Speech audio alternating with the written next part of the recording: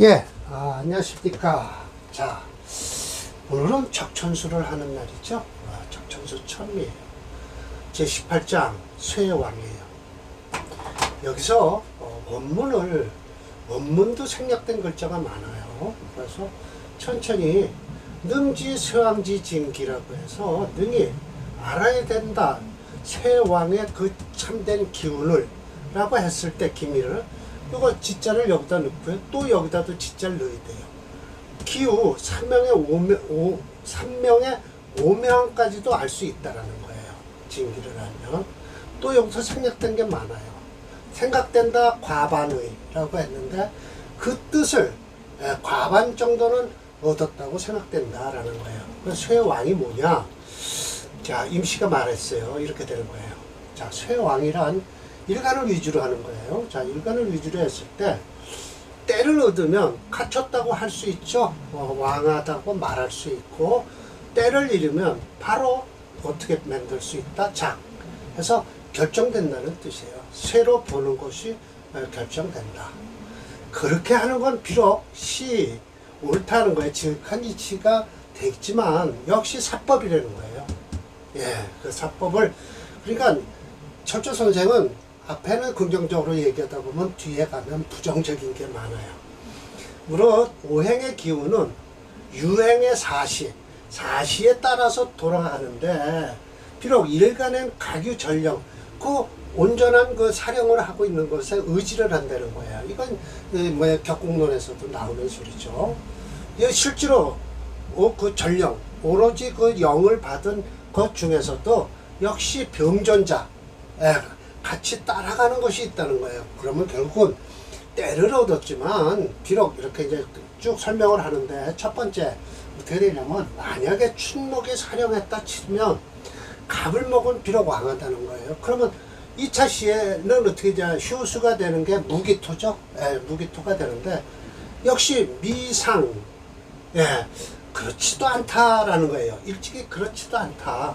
전우천지 천지 하늘과 땅에서 모두 싹 끊어지는 것은 아니다. 일찍이 그럴 리가 없다. 그리고 동수가 사령했다. 그럼 인계수는 비록 왕이에요. 그런데 이때에도 역시 병정화는 휴수가 될 망정 역시 미상절 해서 천지간에 딱 끊어진 것은 아니다 라는 거예요. 특별히 세 번째 특별히 시당 퇴피 그 때에 마땅히 물러나고 피하는 것도 있으니 감히 하지 말아라. 쟁선 압을 다투지 말아라라는 거예요. 실제로 뭔 소리냐면 춘토는 어찌해서 불생만물 봄토가 허하다고 해서 만물을 일찍이 생하지 않을 수가 없다는 거예요. 하상. 그리고 동일에 일찍이 어떻게 될 거냐. 부저 만국호 병화가 특히 겨울 날씨에 만국을 다 비치지 않겠는가.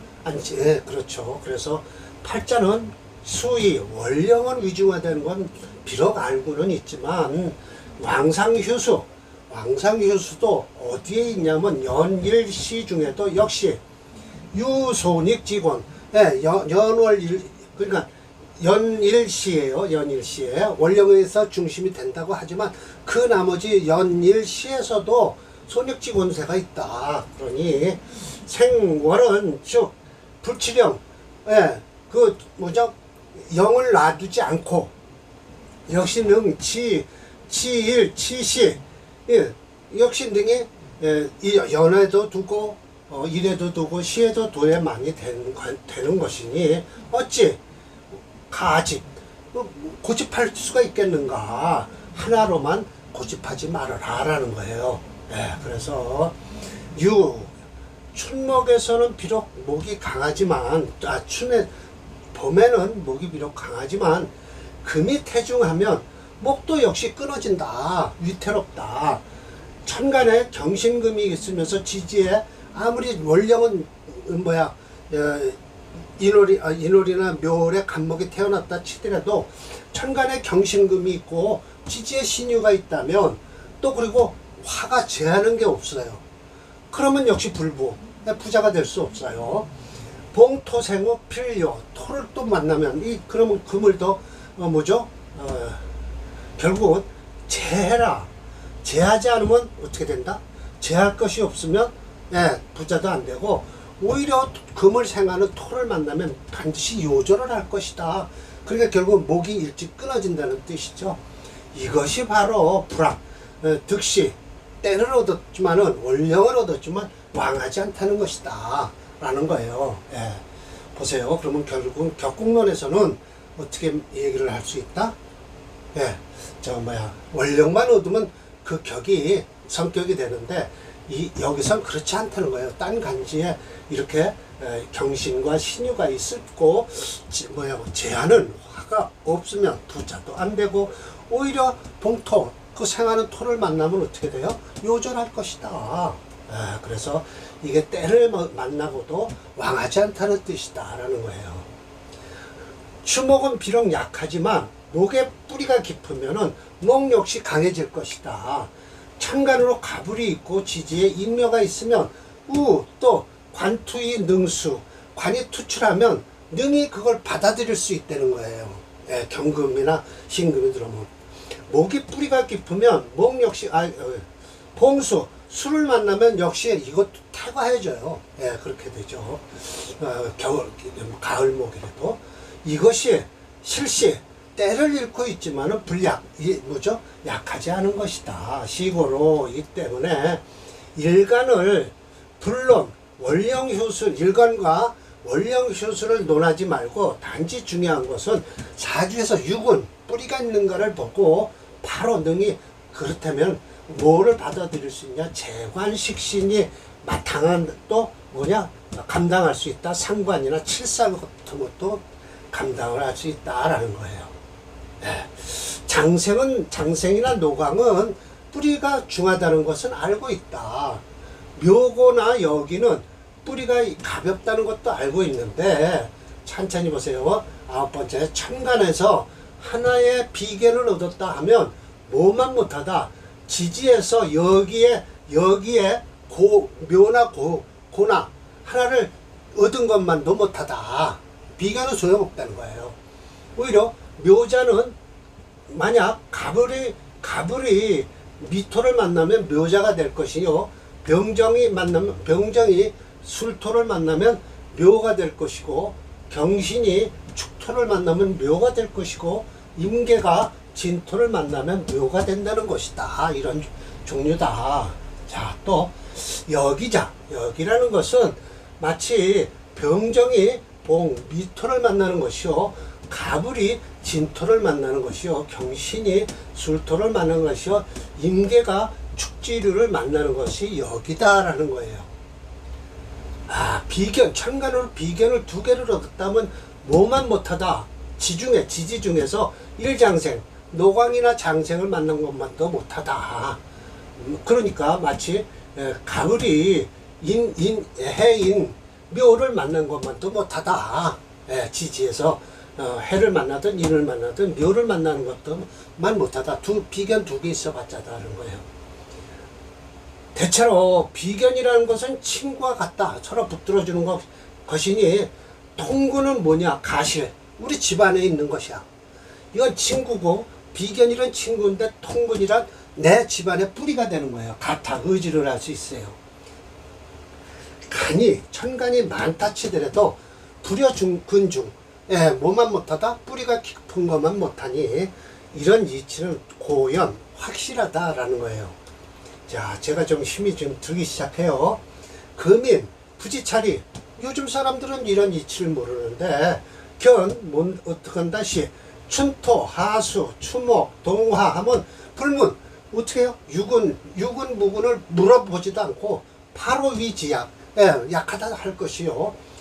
견시, 춘목, 하화, 추금, 동수는 불구, 연구하지도 않고 극이 중한지, 극이 가벼운지 연구도 하지 않고 바로 말한다. 왕하다고.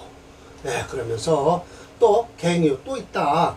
임계가 봉진, 병정이 술토, 가불목이 미토, 경신금이 축지류를 만나면 불이 뭐죠? 뭐라고 여기지 않고 통근신고, 뿌리를 통했다든지 신이 고에 있다든지 논하지도 않고 심지어 뭘 구하려고 그러냐, 형충에서 계지 열으려고 하는 것이니 마침내 불사 생각하지 않는다. 형충은 곧 상하게 된다. 나의 본기를 본뿌리의 기운을 상한다는 것을 생각지도 않는다. 차정유론이라 잘못 얘기하는 것이니 마땅히 반드시 일체 소재하라. 우리도 소재하라 그러죠. 옛날 어른들은요. 소재하라. 청소하라는 뜻이에요. 없애버려라. 그러나 이런 논도 어떻게 개론도 쇠왕지의 발음도 있지만 또한이에요. 또한 역자 바꿀 수도 있다라는 거예요. 요 밑에 가지 전부 바꾸는 거예요. 10가지 경우가 갱 더하여 전도 뒤집어지는 것이 있는데 그런 이치가 존재한다. 그 이치는 10가지다라는 거예요. 10가지가 있다. 제가 그래서 10가지를 했어요. 오늘은 참 힘드네요. 이 사례명조가 20개예요. 그런데 이 적천수를 할 때마다 요거는 읽어드리면서 사례명조를 풀어드릴게요. 자, 목이 태왕자예요? 그럼 금과 같다. 그럴 거 없어요. 오늘 나와요. 오늘 첫 번째 사례명조가 이거예요. 화의 단련을 반긴다라고 했는데 결국은 요건 무슨 뜻이냐? 설한다라는 뜻이에요. 목의 기운이 태왕하니까 화로서 설하면 되지 않냐 이거예요. 이건 제가 써놓은 겁니다. 빨간 글씨는 목이 왕한 것이 극에 다른 자는 화와 같다 라고 하면 뭐예요? 희수지 극은 뭐예요? 화를 극한다 그러지만 결국은 뭐예요? 목에 종하는 것이다 라고 하면 돼요. 종하는 거예요. 화태왕자는 수와 같으니 이거는 토로서 딱 막아주는 게 좋다라고 했지만 끝내는 뭐예요? 화태왕자는 결국은 토로서 설하라 라는 뜻이에요. 화가 왕한 것이 극자는 토인데 이것은 목으로서 극하라라면 뭘 목으로 극하라는 거예요? 이 토를 극하라는 것이죠. 결국은 결론적인 얘기는 화를 따르라라는 뜻이에요. 그렇죠. 화를 따르라 라는 거예요. 목이니까요. 목생화해야 되죠. 세 번째, 토태왕자는 사목이에요. 그러면 금으로서 이걸 극하는 게 좋다라고 하지만 결국은 토가 태왕자는 금을 써서 설하라라는 뜻이에요. 토가 왕한 것이 극에 다른 자는 금과 같으니 결국은 화로서 단련시켜라. 그러면 뭘 단련하라는 거예요? 이 금을 단련하라지만 결론적으로 토왕극자는 어떻게 해요? 화를 집어넣어서 따르라라는 뜻이에요. 생한다는 뜻도 되고요. 종이라고 했죠. 저는요. 금태왕자는 사화예요. 그 희수이제, 수로서 화를 구제하라는 뜻이거든요. 근데 결국은 뭐예요? 금을 설하라라는 뜻이에요. 금이 왕한 것이 극에 다다른 자는 사수라고 하니까 토죠. 그러니까 결국은 토가 뭘 하라는 거예요? 수를 막으라라는 뜻이 있겠지만 금을 주체로 했을 땐 뭐예요? 또 도와주라라는 뜻이에요. 다섯 번째, 수태왕자예요. 사토해요. 그럼 결국은 목으로서 이거를 제하라라고 했지만 결국은 뭐예요? 수가 태왕자 목으로서 설하라라는 뜻이에요. 수가 왕한 것이 극에 다르면 사목인데 금으로서 그걸 막아라라고 했지만 결국은 수왕자는 왕극자는 어떠라는 소리예요? 금으로써 생해주라라는 거예요. 자, 다음 6가지는 저거의 반대예요. 목이 태세한 자는 사수예요. 그래서 마땅히 금으로써 생지하라라고 했는데 결국은 뭐예요? 목이 태세하면 힘이 쇠한 것이 아주 많으면 어떻게 되냐? 그래도 이 쇠극자보다는 좀 낫겠죠. 그러면 극하라라는 거예요. 없애버려라. 목이 쇠극자예요? 그러면 토와 같아요. 마땅히 화로서 생지한다라고 했지만 결국은 뭐예요? 설하라라는 뜻이죠.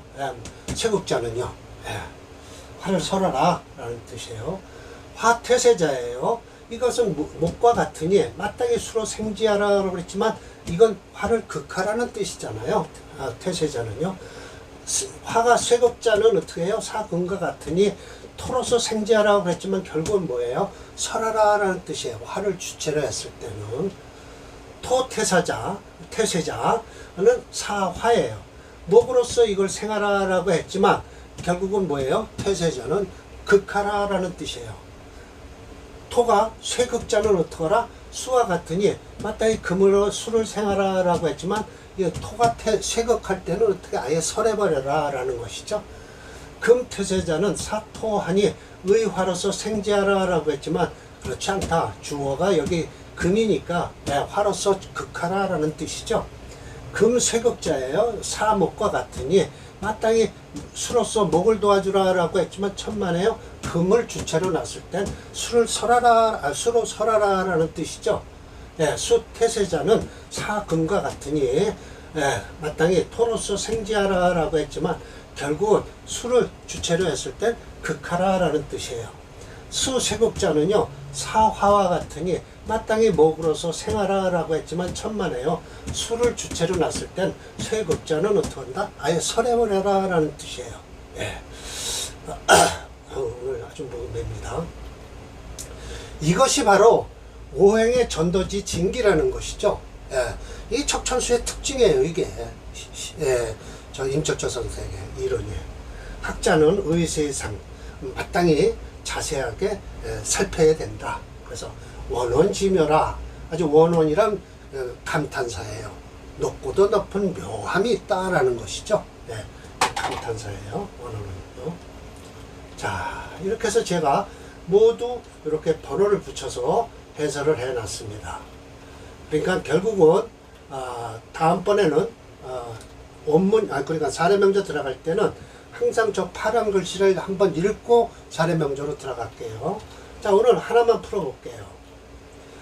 역평부터 볼까요? 자, 체형 14장 체형장서부터 18장 쇠왕장까지 이루는 중주자인 철조님이 주장하는 종격론을 설명하는 장이다. 특히 뿌리에 관해서도 언급하면서 천간에 있는 비겁 하나는 지지의 묘고에 뿌리를 내는 것만 못하고 천간의 비겁이 2개는 노광지에 뿌리를 내는 것만 못하다. 는 이론은 중주자가 기존에 없던 명리 이론을 한층 발전시킨 이론이다. 특히 위의 10가지 새로운 이론은 철조님의 명리 실력을 짐작케 하는 부분이다. 참고적으로 독자들의 이해를 돕기 위해서 역평자가 번호를 부여해서 설명하였다라고 했죠. 앞으로 중요한 것은 다 이렇게 하겠습니다. 자, 오늘 하나만 하겠습니다. 100번이에요. 자, 보십시오. 간목일주가 묘월에 태어났어요. 아무래도 강하겠죠. 자수도 있고요. 진토도 있고요. 간목이 있고요. 그러니까 목체예요. 근데 금토용조예요. 여기 눈을 씻고 봐도 금이 없어요. 그러면 뭐를 한다? 토서부터 해서 화를 써라 라는 것이죠. 토화용조예요. 그러면 요 지금 빨갛게 해놓은 대운만 좋고요. 이 대운으로 넘어가면 끝난 사주입니다. 이 사주는요. 자, 갑자 이론이 묘래요. 양인격이죠. 지지로 양진이 있어서 이것은 목의 역일 뿐만 아니라 우진묘, 그러니까 진묘 동방이죠. 그래서 뭐 양인격이라고 하시지도 않고 그냥 동방이다. 목이 태왕자는 사금, 금과 같으니 어떻게 해요? 정화로서 용신을 쓴다. 이게 설하라는 뜻이에요. 제가 써놨지만요. 태왕자예요. 태왕자는 설하라. 그래서 지사운에 정화, 임절하고요. 여기다 하나 더 쓸까요? 조금 더 올려서요. 그렇죠. 갑진, 정묘, 갑자, 부진.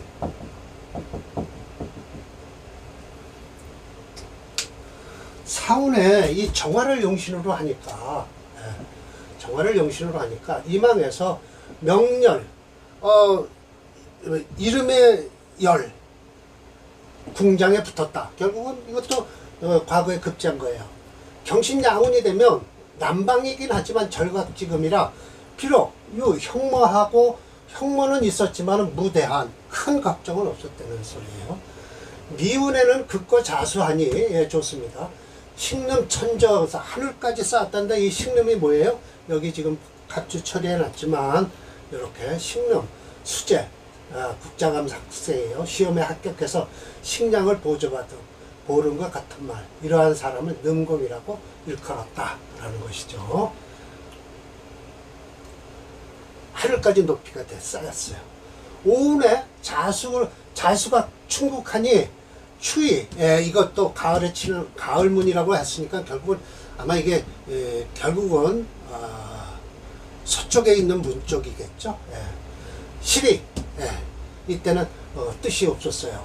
임신운에 금수재래 같이 동시에 들어오니까 형처국자에서 하모다단이라 개운에 불러 개운에 돌아갔다라는 뜻이죠. 자, 봅시다. 이때 돌아간 거예요. 이때 뭐죠? 파모 이상이 있고 형처극자 하고요. 이 경신우는 절각이 되니까 관계없죠. 힘을 못 쓰죠.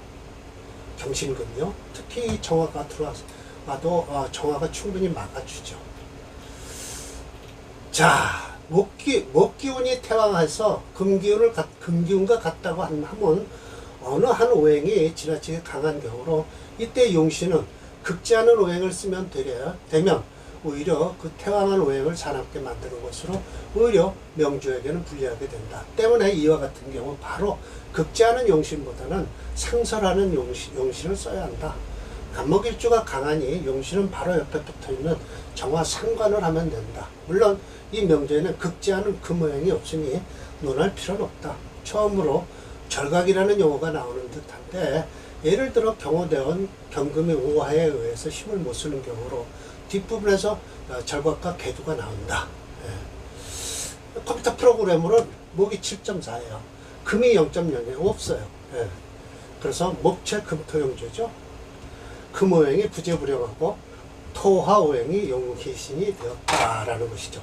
자평진제 심해청 벽공론에서는요, 저거 분명히 금토금을 써야 돼요. 근데 용신 사주에 없는 금을 없을 때, 화를 쓰고 있을 때 금문이 들어오면 안 된다라는 거예요. 용신을 정하지 못하면요, 오히려 분란이 일어난다는 뜻이죠. 자, 이 사주는 프로그램에서 한번 풀어봐 드릴게요. 하나 띄었으니까 하나가 나오겠죠. 네, 그렇습니다. 이때 뭐죠? 형처극자 같죠. 개문, 이거 죽었네요. 딱 죽을 나이에 들어갔네요. 지금 59세니까 죽었네요. 참나, 이렇게 되는 거예요. 이때 조일 죽고요. 이건 하얗죠. 왜 절각이 됐으니까 아무 관계 없죠. 목초 금토용주의 금불가, 화용신이다. 그런 거예요. 이렇게 돼서 철두철미하게 적천수 이론과 이 프로그램을 같이 쫓아갑니다. 물론 금이 용신일 때 수가 파란 것은 고쳐놔야 돼요. 목체 금토용주의 금이 불용하니까 딱 화가 용신이다라고 하니까 되는데, 만약 여기서 금이 용신이다라고 금이 있어서 하면 수가 파래져요. 그래서 여기 지금 수는 들어오지 않네요. 자, 그래서 오늘 강의는 이걸로 마치겠습니다. 좀 힘드네요. 지치네요. 너무 길어서. 자, 마치겠습니다.